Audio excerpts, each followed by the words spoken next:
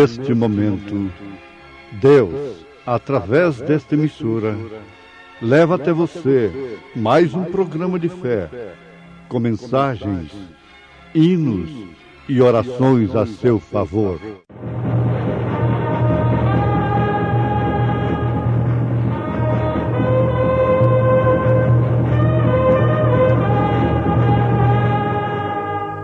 Fé para vencer. Somente crer, somente crer, tudo é possível, somente crer. Mas se andarmos na luz, como Ele na luz está, temos comunhão uns com os outros, e o sangue de Jesus Cristo, seu Filho, nos purifica de todo pecado. Jesus dizia, pois, aos judeus que criam nele: se vós permanecerdes na minha palavra, verdadeiramente sereis meus discípulos, e conhecereis a verdade, e a verdade vos libertará.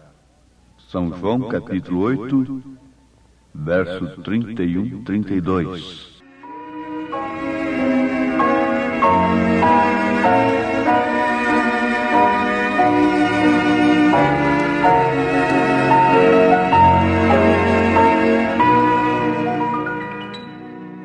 Aqui está um assunto que deve interessar sobre todas as coisas aos nossos ouvintes. Isto porque se trata de um assunto que nos leva ao conhecimento da verdade. E conhecereis a verdade, e a verdade vos libertará. Jesus não estava falando a homens que estavam presos. Eles não estavam ali dentro de uma penitenciária, dentro de uma cadeia. Ele estava falando a homens livres, fisicamente falando, socialmente falando, religiosamente falando. E disse para eles, para tais homens: e conhecereis a verdade, e a verdade vos libertará. Acabamos de ouvir pelo hino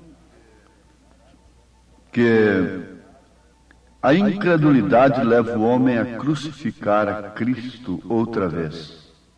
Isto é uma verdade.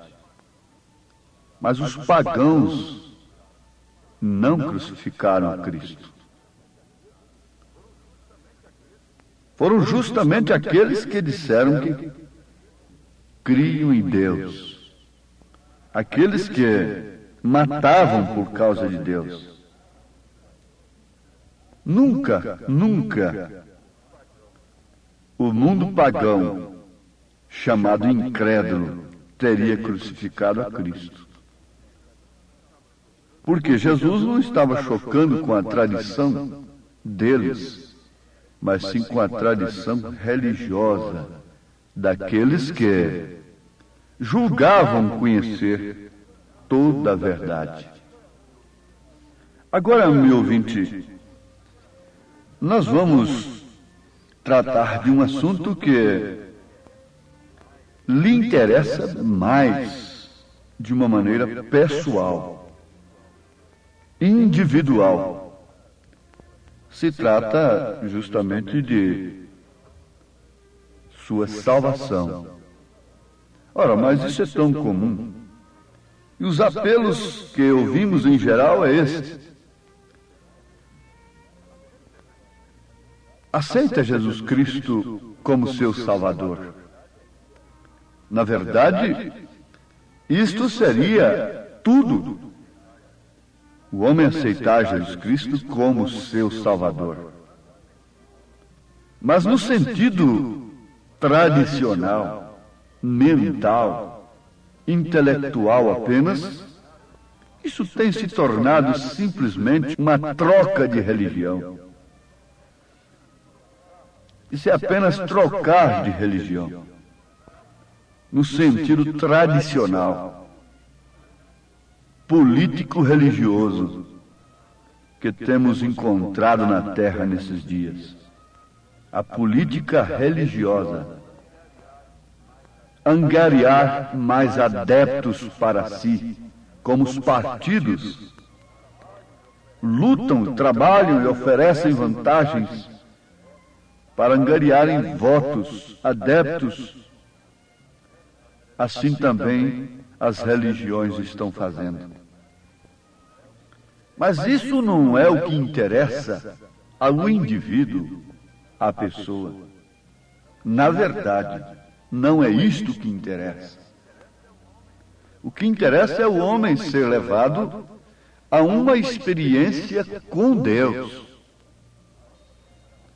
Você sabe que aquela mulher que tem tido experiências do pecado, ela leva aquela pobre moça inocente a alcançar o mesmo nível dela, a ter as mesmas experiências e até com vantagens depois, sobressaindo muito mais. O mundo está vivendo de experiências experimentadas. Ninguém quer a coisa de longe apenas. Todos querem provar, todos querem sentir, todos querem viver aquela experiência da carne, em si mesmos. Cada um quer ter o gozo e o prazer de dizer: eu já fui lá, eu já fiz isto, eu já possuo isto, eu já tenho isto na minha casa, eu já pratiquei isto, eu já conheço isto. As moças se gabam de conhecerem coisas que elas não deveriam conhecer antes de serem donas de casa. Os rapazes, pela mesma forma, se gabam de terem experiências tremendas, terríveis. Se gabam. Por quê? O mundo não quer apenas uma coisa na mente. O mundo quer uma coisa experimentada. Agora, por que nós, os cristãos, por que você quer apenas uma salvação na mente? Ter apenas um conhecimento que Jesus Cristo morreu para te salvar. Aliás, essa seria a única mensagem que não chocaria com ninguém, não é? Jesus Cristo morreu para te salvar, pecador. E com isso não está chocando com ninguém, com sistema algum. Esta é a boa mensagem para o século. Não. Sem dúvida alguma, nós estamos vivendo um século que é um fechamento de parênteses. Todos sabem disto, os cientistas estão sabendo disto, os profetas que se levantam estão dizendo que nós estamos à margem do fim de um sistema humano. Estamos na véspera de um início de uma nova era. Há poucos dias, tem até o recorte do jornal, um profeta dizendo que então a Terra terá um só governo. É certo que ele está pensando num grande homem, um grande sistema que vai se levantar. Mas, em parte, ele está falando a verdade. Será um só governo mesmo. No milênio, quem governará a Terra é o Senhor Jesus Cristo com sua esposa. Agora, qual é a sua esposa? É a rainha do céu? Qual é essa rainha do céu? É uma mulher? Não. É a igreja. São aqueles que experimentaram uma vida real com o esposo. A sua esposa é aquela que tem uma vida genuína, íntima com você, e que te respeita, não é verdade? Você nunca chamaria uma mulher que não te respeita de sua esposa. A mesma coisa é Jesus Cristo. A mesma coisa é Deus. A igreja reinará com ele. Esta igreja é composta de milhões e milhões de membros. Mas qual é o nome dela? Em qual cartório de registro ela está registrada? Ah, meus ouvintes, isto não é conto de carunchinha. Isso não é alguém te dizendo, oh, Jesus Cristo te ama, Jesus Cristo te salva. Não, não é simplesmente isto. A hora é de você saber se você é esposa de Cristo e honra o nome desse esposo que foi invocado sobre você no seu batismo. Porque ele é o Senhor Jesus Cristo e ela é a Senhora Jesus Cristo. Não é assim que dizem nas colunas sociais? A senhora fulano de tal. A senhora com o nome dele. Esta senhora respeita este nome. Esta senhora honra este nome. E, sobretudo, esta senhora tem uma experiência com este esposo, com este Senhor. Esta senhora está ocupada por ele, está grávida dele. A mulher fica grávida do marido e o seu tempo, por fim, fica todo tomado. Até mesmo o seu serviço doméstico vem a parar em um determinado instante, quando aquela experiência experimentada toma forma total, completa na sua vida, e nada lhe satisfaz a não ser dar à luz aquilo que ela concebeu de seu marido. Não há nada que satisfaça a igreja de nosso Senhor Jesus Cristo, a esposa do Cordeiro, a não ser dar à luz, aquilo que ela tem concebido do esposo, do Cordeiro, do Senhor Jesus Cristo. Agora você tem isso dentro de sua casa. Você tem isso na experiência. Você é um homem casado. Você é uma senhora casada. Estou falando de uma experiência sua. E o natural explica o espiritual. Não pense que salvação seja menos do que Deus, através do sacrifício de seu Filho, lavar a sua alma, purificá-la de toda imundícia, de todo pecado, de toda traição, de toda injustiça. Não importa o que você tenha sido no passado, mediante um arrependimento sincero, inspirado pelo Espírito Santo de Deus, você deixa todas as coisas, abandona por si mesmo, não por catecismos, não por regras doutrinárias, não por imposições doutrinárias, não por condições exigidas por igrejas. Você se veste, você se porta, você trabalha, você vive de acordo com a experiência que você tem vivido com este Deus que te resgatou. Mas se andarmos na luz, como Ele na luz está, temos comunhão uns com os outros, e o sangue de Jesus Cristo, seu Filho, nos purifica de todo pecado. Uma vez purificados de todo pecado, lavados e redimidos pelo sangue de Jesus Cristo, então nós estamos aptos, prontos para sermos habitados. O Espírito Santo, que é a pessoa de Cristo em sua igreja, traz esse habite-se e toma conta da vida deste crente, desta mulher, deste homem, desta criança. E assim como as crianças já podem ter experiências do pecado, Meninos com 7, 8 anos e às vezes até menos, como eu tenho visto, fumando e praticando atos indecorosos nas escolas. Meninas que nem têm chegado a uma idade de conhecerem determinadas coisas, já estão experimentando-as. Não somente conhecendo-as, mas experimentando-as. Se os meninos já estão experimentando coisas do pecado do mundo, por que então eles também não devem, antes de tudo, experimentarem as coisas espirituais, terem experiências com Deus? As escolas estão sendo um terreno próprio, preparados para essas crianças terem uma experiência com Deus?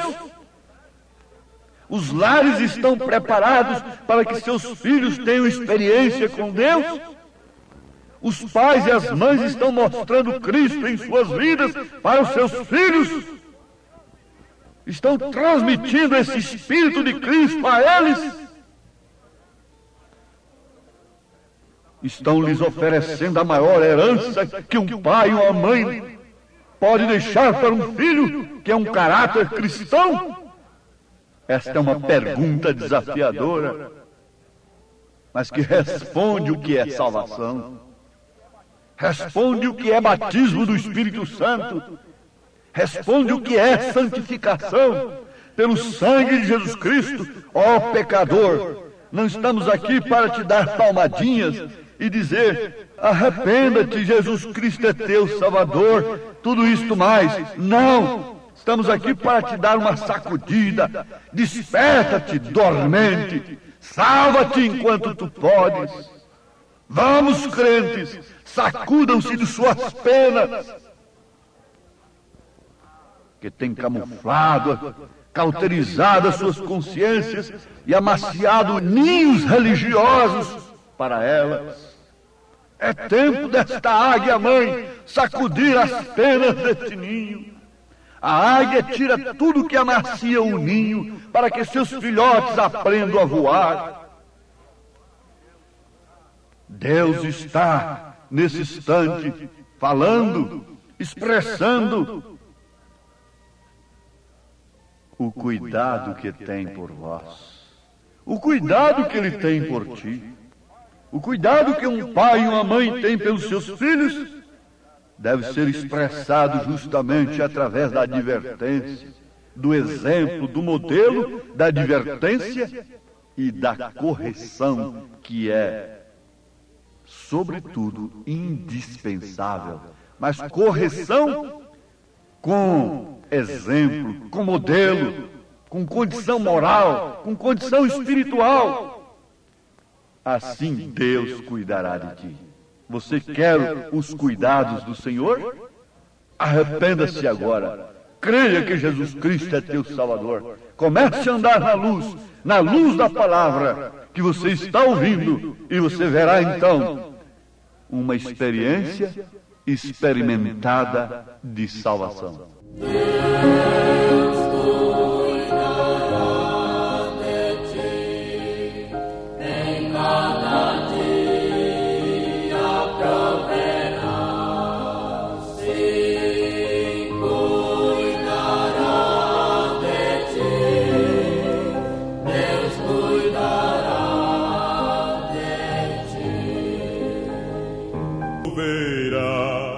Você aceita no seu coração, agradeça a Deus nesse instante pelo cuidado que Ele está tendo contigo nesse instante, te levando uma mensagem, uma palavra de experiência experimentada, de salvação, de verdade, de poder no seu coração.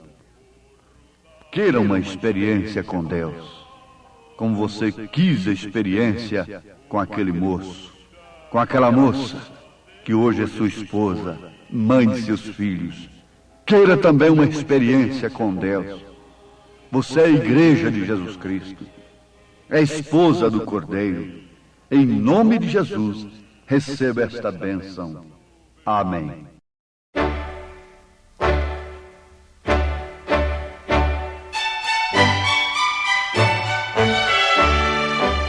Ouvintes, escreva-nos pela caixa postal de número 15.020, 15020, CEP 74.501-970, Goiânia, Goiás.